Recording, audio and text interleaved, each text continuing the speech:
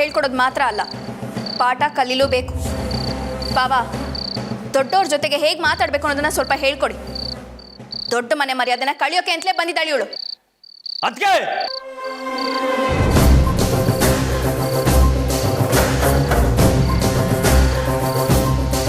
ಮಾತಿನ ಮ್ಯಾಗ ಹೊಸ ನಿಗಾ ಇರಲಿ. ಏನ್ ಹೇಳ್ತಿದ್ದೀರಾ ನೀವು? ಹಿರಿಯತ್ಗೆ ನಮ್ಮವರ ಕ್ಷಮೆ ಕೇಳಿ. ರಾಮು ಅವರೇ, ನಾನು ಯಾಕೆ ಕ್ಷಮೆ ಕೇಳಬೇಕು? ನಾನೇನು ತಪ್ಪು ಮಾಡಿಲ್ಲ.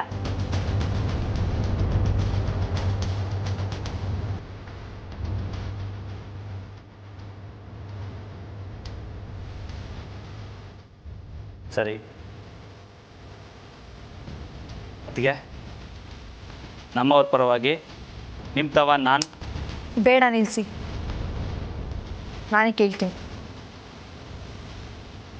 ಸಾರಿ ನನಿತಾಳೆ.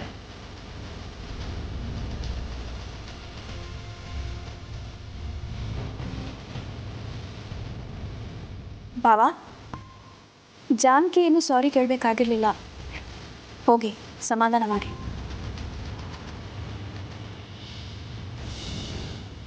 ಅಲ್ಲ, ನಿಮ್ಮ ಕೈಗೆ ಏನಾಯ್ತು ಅಂತ ಹೇಳಲೇ ಇಲ್ಲ.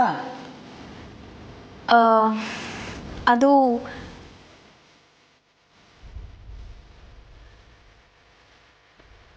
ಅದು ಬಾವಾ, ನಾನು ಅಪ್ಪಯ್ಯನ ನೋಡೋಕೆ ಹೋಗಿದ್ದೆ. ಅಪ್ಪಯ್ಯ ಒಂದು ಹೊಸ ನಾಯಿ ಮರಿ ತಂದಿದ್ದಾರೆ. ನಾಯಿ ಮರಿ ಜೊತೆ ಆಡಬೇಕಾದ್ರೆ ಅದು ನನ್ನ ಕೈ ಕಚ್ಚಿತು. ಅಯ್ಯೋ, ಒಸಿ ಹುಷಾರಾಗಿರೋದಲ್ವ ಅದಕ್ಕೆ.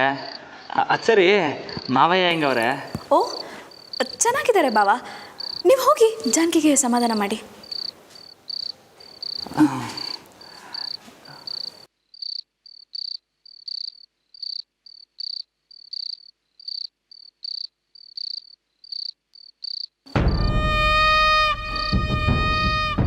ಮೊದಲು ಈ ಬ್ಯಾಂಡೇಜ್ ಕಿತ್ತಾಕ್ಬೇಕು.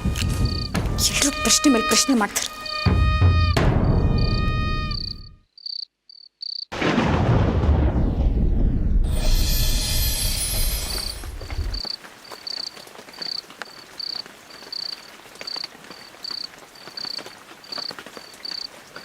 ನಮ್ಮವ್ರೆ,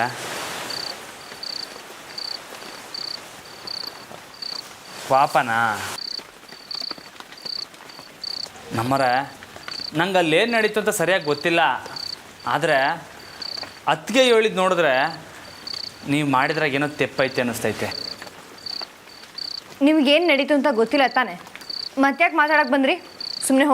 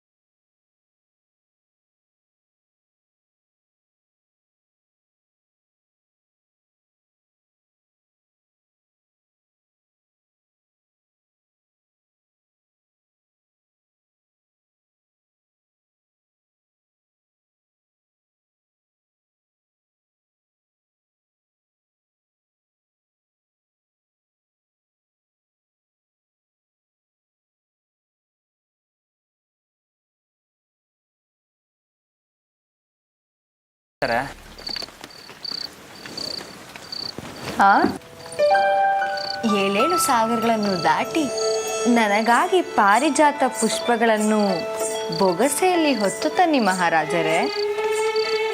ಓಹೋ, ಅದುವೇ ನಮ್ಮವರ ಆಸೆಯಾದರೆ ಕೇವಲ ಪುಷ್ಪಗಳನ್ನೇಕೆ, ಇಡೀ ವನವನ್ನೇ ಹೊತ್ತು ತಂದು ನಿಮ್ಮ ಪಾದಗಳಿಗೆ ಅರ್ಪಿಸುವೆನು.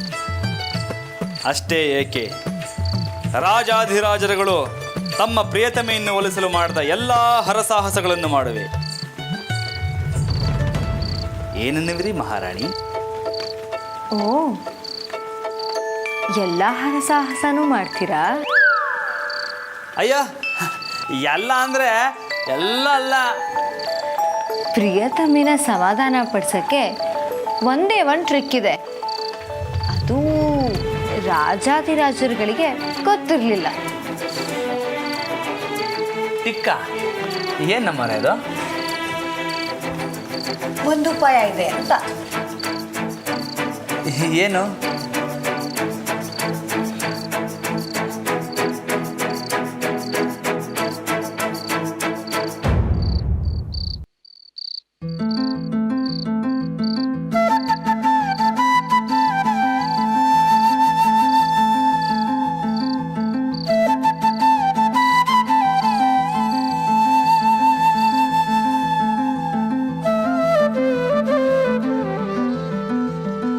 ಇದೇ ಉಪಾಯ.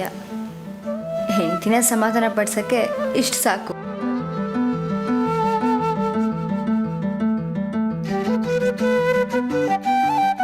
ನೀವು ಬೇರೆ ಶಿವಪ್ಪನ ನೋಡಿದೆ ಅಂತ ಹೇಳಿದ್ರಲ್ಲ, ಅದಕ್ಕೆ ಸ್ವಲ್ಪ ಕಾಳಜಿಯಿಂದ ಇರೋಣ ಅಂತ ಹಾಗೆ ಮಾಡಿದೆ. ಅದು ಬಿಟ್ಟರೆ ಆ ಹೆಂಗಸನ್ನ ನೋಸೋ ಉದ್ದೇಶ ನನಗಿರಲಿಲ್ಲ. ವಾ ಹೌದಾ? ಛೇ, ನಾನು ಸರಿಯಾಗಿ ತಿಳ್ಕೊಳ್ದೆ. ಅದಕ್ಕೆ ಮುಂದೆ ನಿಮ್ಮನ್ನ ಏನೇನೋ ಅಂದ್ಬಿಟ್ಟೆ. ಕ್ಷಮಿಸಿ ನಮ್ಮರೆ.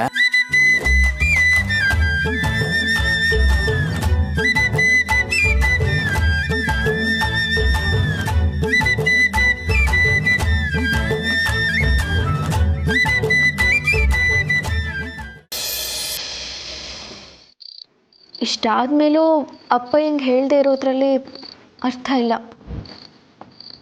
ಯಾವಾಗಲೂ ಗೊತ್ತಾಗೋದು ಈಗಲೇ ಗೊತ್ತಾಗೋಗ್ಲಿ.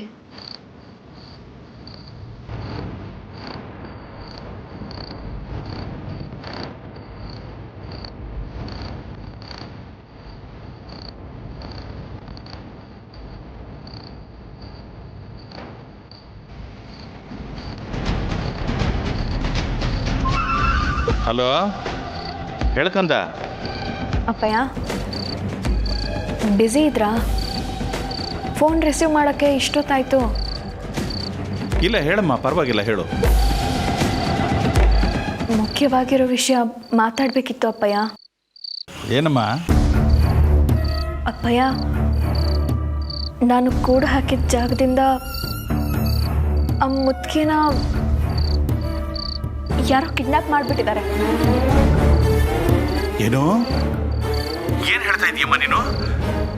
ಇಷ್ಟು ಗಂಭೀರವಾದ ವಿಷಯ ಇಷ್ಟು ಸಲೀಸಾಗಿ ಹೇಳ್ತಾ ಇದೀಯಲ್ಲ. ನಾನು ಏನು ಮಾಡಲಿ ಅಪ್ಪಯ್ಯ? ಆ ದಟ್ಟಿ ಸವಿತನ್ ಕಟ್ ಹಾಕಿ ಆ ಮುದ್ಕಿನ ಯಾರೋ ಕಿಡ್ನಾಪ್ ಮಾಡಿಬಿಟ್ಟಿದ್ದಾರೆ. ಛೇ, ನಾನು ನಿಂಗೆ ಅವತ್ತೇ ಹೇಳಿದೆ ಅವಳ ಕತೆ ಮುಗಿಸ್ಬಿಡೋಣ ಅಂತ. ನೀನೇ ಬೇಡ ಅಂದೆ. ಈಗ ಅವಳನ್ನ ಎಲ್ಲಿಂದ ಹುಡ್ಕೋದು? ನಾನು ನನ್ನಿಂದ ಆದಷ್ಟು ಹುಡುಕ್ತಾ ಇದ್ದೀನಪ್ಪಯ್ಯ. ಅಲ್ಲ ಪುಟ್ಟ, ಯಾರು ಅಂತ ಗೊತ್ತಿಲ್ಲ, ಯಾಕೆ ಕಿಡ್ನಾಪ್ ಮಾಡಿದ್ದಾರೆ ಅಂತ ಗೊತ್ತಿಲ್ಲ, ಎಲ್ಲಿಂದ ಹುಡುಕ್ತೀಯಾ? ಛೇ, ಎಲ್ಲ ನಿನ್ನಿಂದಾನೆ. ನನ್ನ ಮಾತು ಕೇಳಿದಿದ್ರೆ ಇಷ್ಟೆಲ್ಲ ಆಗ್ತಾನೆ ಇರಲಿಲ್ಲ. ಅಪ್ಪಯ್ಯ, ನಿನ್ನ ಮಾತಾಡಬೇಡ ನೀನು. ಈಗ ನೋಡು, ನನಗೆ ಮತ್ತು ನಿನಗೆ ಮಾತ್ರ ಗೊತ್ತಿದ್ದ ವಿಷಯ ಮೂರನೇವ್ರಿಗೂ ಗೊತ್ತಾಗಿದೆ. ಇದು ಎಲ್ಲದಕ್ಕಿಂತ ದೊಡ್ಡ ಅಪಾಯ. ನಂಗೆ ಗೊತ್ತು ಅಪ್ಪಯ್ಯ, ಆದರೆ ನನಗೇನು ಮಾಡಲಿ? ನನಗೇನು ಮಾಡಬೇಕು ಅಂತಾನೆ ಗೊತ್ತಾಗ್ತಿಲ್ಲ. ನಿಮ್ಮ ಜೊತೆ ಮಾತಾಡಿದ್ರೆ ನನಗೆ ಸಮಾಧಾನ ಆಗುತ್ತೆ ಅಂತ ಫೋನ್ ಮಾಡಿದೆ. ನನಗೆ ನಿಮ್ಮ ಜೊತೆ ಬಿಟ್ಟು ಇನ್ಯಾರ ಜೊತೆ ಮಾತಾಡೋಕ್ಕಾಗುತ್ತೆ ಹೇಳಿ? ಅಯ್ಯೋ, ಅಳಬೇಡ ಪುಟ್ಟ, ಅಳಬೇಡಮ್ಮ. ಏನೋ ಸಿಟ್ಟಲ್ಲಿ ಒಂದು ಮಾತು ಅಂದೆ ಅಷ್ಟೇ. ಈಗ ಆಯಿತು. ಈಗ ಮುಂದೇನು ಮಾಡಬೇಕು ಅಂತ ಯೋಚನೆ ಮಾಡಬೇಕಾಗಿರೋ ಸಮಯ ಇದು. ಹ್ಞೂ ಅಪ್ಪಯ್ಯ, ನಾಳೆ ನಾನು ನಿಮ್ಮನ್ನು ನೋಡೋಕೆ ಬರಲಾ? ಬೇಡ, ನಾನೇ ಅಲ್ಲಿಗೆ ಬರ್ತೀನಿ. ನಿಮಗೆ ಯಾಕಪ್ಪಯ್ಯ ತೊಂದರೆ? ಬರ್ತೀನಿ ಅಂತ ಹೇಳಿದ್ನಲ್ಲ. ಮುಂದೆ ಏನು ಮಾಡಬೇಕು ಅಂತ ನೀನು ಸ್ವಲ್ಪ ಯೋಚನೆ ಮಾಡು. ಸರಿ ಅಪ್ಪಯ್ಯ.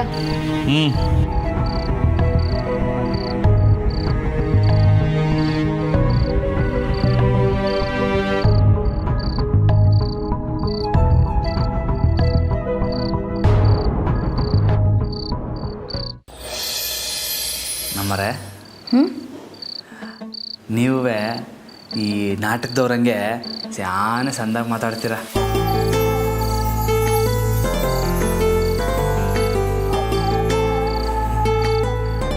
ನಿಮಗೆ ಈ ರಾಮಾಯಣ, ಮಹಾಭಾರತ ಇವೆಲ್ಲ ಇಷ್ಟನಾ?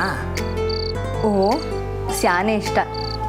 ವಾ, ಹಂಗಾರೆ ಎಲ್ಲ ಹುಡುಗಿರಂಗೆ ನಿಮಗೂ ಮಹಾಭಾರತದಾಗೆ ಕೃಷ್ಣನೇ ಇಷ್ಟ ಅನ್ನಿ.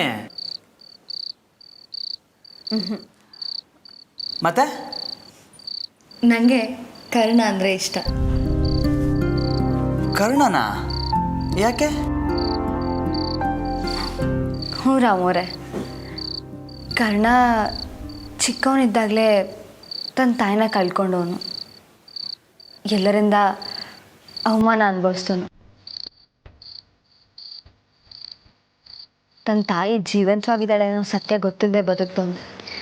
ಕೊನೆಗೆ ತನ್ನ ತಾಯಿ ಕೊಟ್ಟಿದ್ದ ಮಾತುಗೋಸ್ಕರ ತನ್ನ ಜೀವನ ಬಿಟ್ಟವನು. ಅಷ್ಟೇ ಅಲ್ಲ, ಕರ್ಣ ಧರ್ಮವಂತನಾಗಿದ್ದ. ದುರ್ಯೋಧನನಂತ ಕೆಟ್ಟವನ ಜೊತೆ ಗೆಳೆತನಕ್ಕೋಸ್ಕರ ನಿಯತ್ತಾಗಿದ್ದವನು. ಅದಕ್ಕೆ ನನಗೆ ಕರ್ಣ ಅಂದರೆ ಇಷ್ಟ.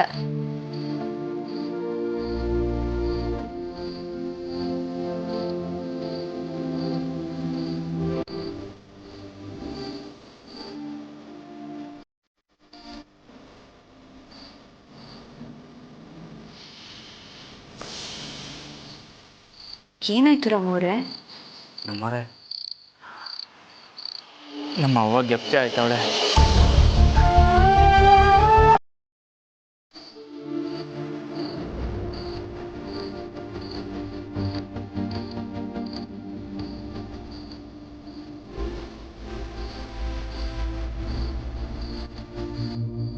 ನಮ್ಮರೆ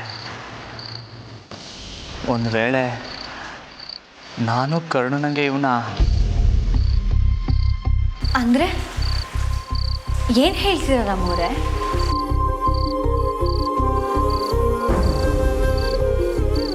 ನಮ್ಮವ್ವ ಇನ್ನೂ ಬದುಕಿದ್ದು ಅದು ಗೊತ್ತಿಲ್ಲದೆ ನಾನು ಇವನ ಅನ್ನಿಸ್ತೈತೆ. ನಿಮಗೂ ಏಟೋಕಿತ ಹೇಳುವಿನಿ, ಸ್ಯಾನೆ ದಿವಸದಿಂದ ನಮ್ಮವ್ವ ಬದುಕವಳೆ, ಇಲ್ಲೇ ಎಲ್ಲೋ ಇದ್ದು ನನ್ನ ಹುಡುಕ್ತವಳೆ ಅಂತ ಅನ್ನಿಸ್ತೈತೆ. ಅಕಸ್ಮಾತ್ ಅದೇ ತಿಟ ಆಗಿದ್ರೆ? ರಾಮವ್ರೆ, ನೀವೇನೇನೋ ಯೋಚನೆ ಮಾಡಿ ಅಪ್ಸೆಟ್ ಆಗಿಬಿಡಿ. ಹೋಗಲಿ ಬಿಡಿ, ಈ ಮಾತನ್ನ ಇಲ್ಲಿಗೆ ನಿಲ್ಸೋಣ. ಇಲ್ಲ ನಮ್ಮವ್ರೆ, ನಾನು ಗೊತ್ತಿಲ್ಲದೆ ಏನೇನೋ ಮಾತಾಡ್ತಾ ಇಲ್ಲ.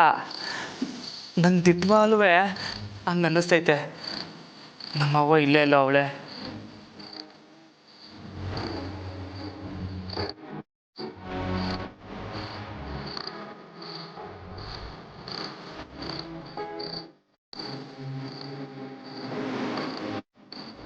ಕರ್ಣ ಅವನು ಬಿಟ್ಟಿದ್ದಂಗೆ ನಾನು ಬಿಟ್ಟಿವ್ನಿ ಅನ್ನಿಸ್ತೈತೆ.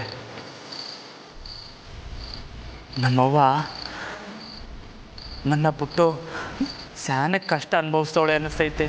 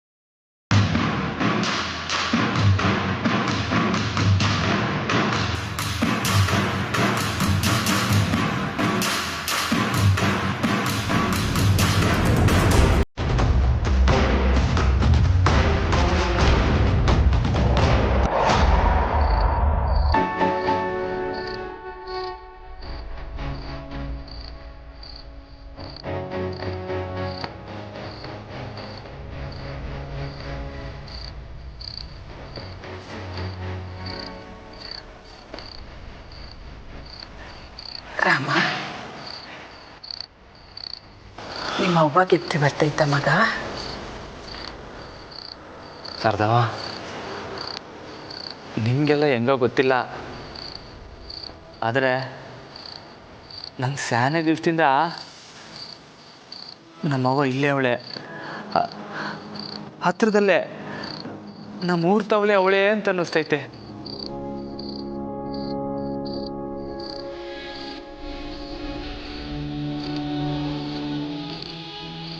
ಶಾರದವ, ನಮ್ಮವ್ವ ವನವಾಸ ಅನುಭವಿಸ್ತವಳೆ ಅನ್ನಿಸ್ತೈತೆ. ರಾಮೂರೇ, ನೀವು ಇದ್ರ ಬಗ್ಗೆ ಎಲ್ಲ ಯೋಚನೆ ಮಾಡಿ ಸುಮ್ಮನೆ ತಲೆ ಕೆಡ್ಸ್ಕೊಬಿಡಿ. ಬನ್ನಿ.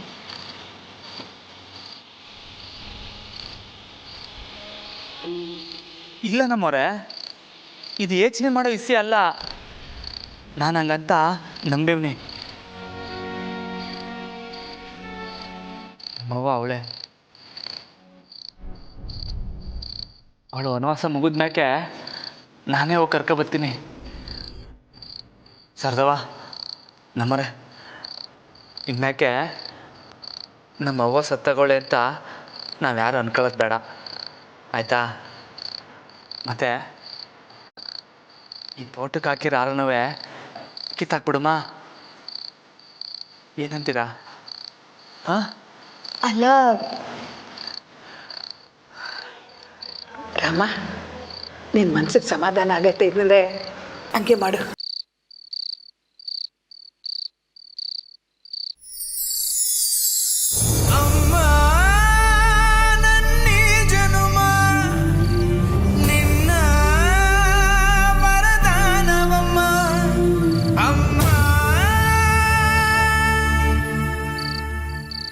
ನಮಸ್ಕಾರ ಮಹಾರಾಣಿಯವ್ರಿಗೆ. ಹೇಗಿದೆ ಹೊಸ ಜಾಗ? ನನ್ನ ಮಗಳು ನಿನ್ನನ್ನು ಕೂಡಿಟ್ಟಿದ್ದ ಜಾಗ ಈಗ ಸ್ವರ್ಗ ಅನ್ನಿಸ್ತಿರಬೇಕು ಅಲ್ವಾ? ಏ ಪಾರ್ವತಿ, ನಿನ್ನನ್ನು ಕೊಚ್ಚ ಹಾಕಿ ಹೂತು ಹಾಕಿಬಿಡಬೇಕು ಅಂತಾನೆ ಕಾಡು ಹಳ್ಳಿಯಿಂದ ಇಲ್ಲಿಗೆ ನಿನ್ನನ್ನು ಕರ್ಕೊಂಡು ಬಂದಿದ್ದು. ಆದರೆ ಯಾಕೋ ನೀನು ಅನುಭವಿಸಿದ ಹಿಂಸೆ ಸಾಕಾಗಲಿಲ್ಲ ಅಂತ ನನಗನ್ನಿಸ್ತು. ನೀನೇ ಹೇಳು ಪಾರ್ವತಿ, ಈಗ ನಿನಗಿರೋದಕ್ಕೊಂದು ಜಾಗ, 3 ಹೊತ್ತು ಊಟ, ಕಾವಲಿಗೊಂದು ಆಳು, ಇಷ್ಟೆಲ್ಲ ಇದ್ದ ಮೇಲೆ ಇದನ್ನು ಯಾರಾದರೂ ಹಿಂಸೆ ಕೊಡೋದು ಅಂತಾರ?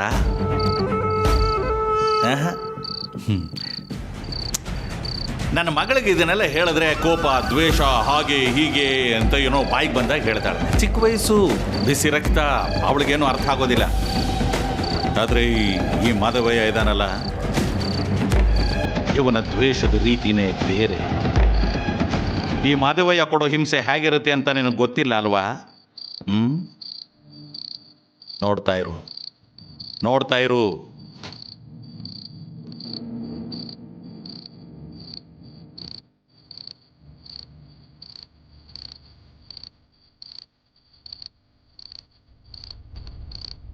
ಅವ್ವ, ನೀನಿಲ್ಲ ಅಂತ ನನ್ನಿಂದ ಯಾಕೋ ಒಪ್ಕೊಳ್ಳೋಕ್ಕಾಯ್ತಾ ಇಲ್ಲ. ನೀನೆಲ್ಲೋ ಇದೆಯಾ? ಖಂಡಿತವಾಗ್ಲೂ ನಾನೇ ಬಂದು ನಿನ್ನ ಕರ್ಕೊ ಹೋಗ್ತೀನಿ.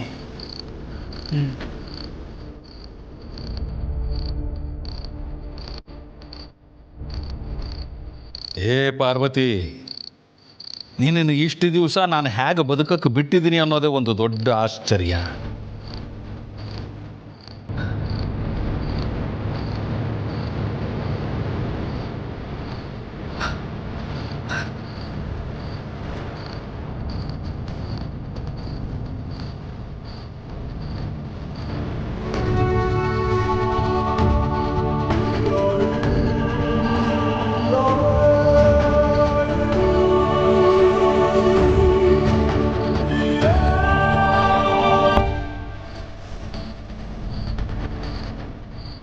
ನಿನ್ನ ಮುಖ ನೋಡ್ತಾ ಇದ್ರೆ ಈ ಕ್ಷಣನೇ ನಿನ್ನನ್ನು ಸಾಯಿಸಿಬಿಡ್ಬೇಕು ಅಂತ ಅನ್ನಿಸ್ತಾ ಇದೆ. ನಿನ್ನನ್ನು ಯಾವ್ಯಾವ ರೀತಿಯಲ್ಲಿ ಸಾಯಿಸ್ಬೋದು ಗೊತ್ತಾ?